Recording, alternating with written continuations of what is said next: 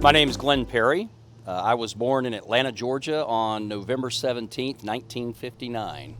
I'm married to my wife, Julie, and in fact, we just celebrated our 25th wedding anniversary.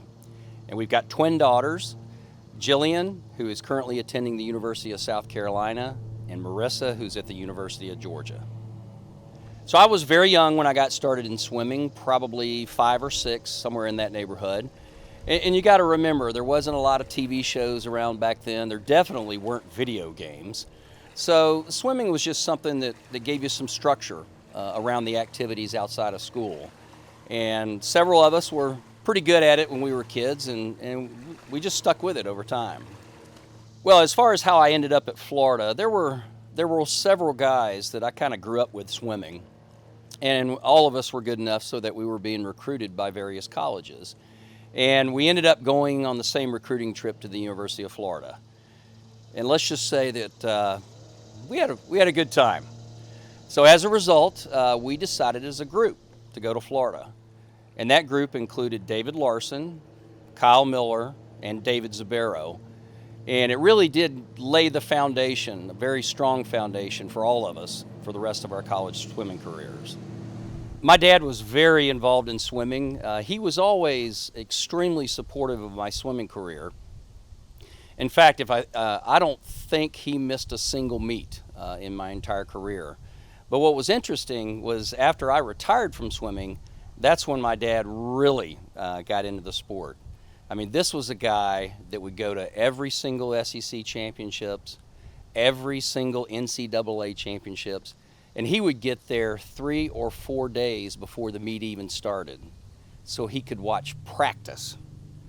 So I found a note that Jack Barley, a handwritten note that Jack had sent my dad, and Jack told my dad in that note that he had probably forgotten more about swimming than most people even knew.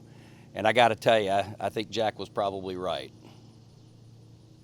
Yeah, I think I was the first 11-year-old to break a minute in the 100-yard freestyle, but let me assure you that was not the goal. The goal was actually to become the first 10-year-old to break 1 minute in a 100-yard freestyle. And believe it or not, way back then, that was quite the barrier. So my dad and I, we went to, I think it was 6 meets we went to in the last month before I turned 11. Every single race, I was within a tenth or two of breaking that minute. But I didn't make it. So turned 11. I think I went to, the next meet I went to, I think was 3 months later, and I went 57 plus, so go figure. If I had to tell you 2 things I've learned from swimming, I think the first thing would be discipline. You know, if you've gone through the hours of training that many of us have, it really does make some of the challenges you've faced since then, or maybe some of the jobs that you've had, it really does make them seem relatively easy. And then I think the second thing I would say is, although we always try to find a way around it, there is absolutely no substitute whatsoever for hard work. And that's a lesson that served me very well during my business career. Yeah, as far as swimming anymore, no, not specifically swimming. So as I said to Bill Longino commented, we were talking on the phone the other day, that the only time he swims, and I agree with him, is from where I fall water skiing to wherever the boat is, and that's about it. But I really do love water skiing. I mean, I pretty much water ski every single day in the warm weather months. And in the winter, I like to work out, but just stay as active as I possibly can. So my current profession, you're looking at it.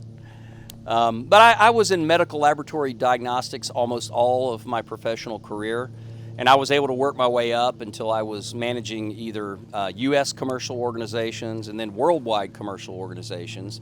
And when I say commercial, that would include the sales organization, marketing, as well as service.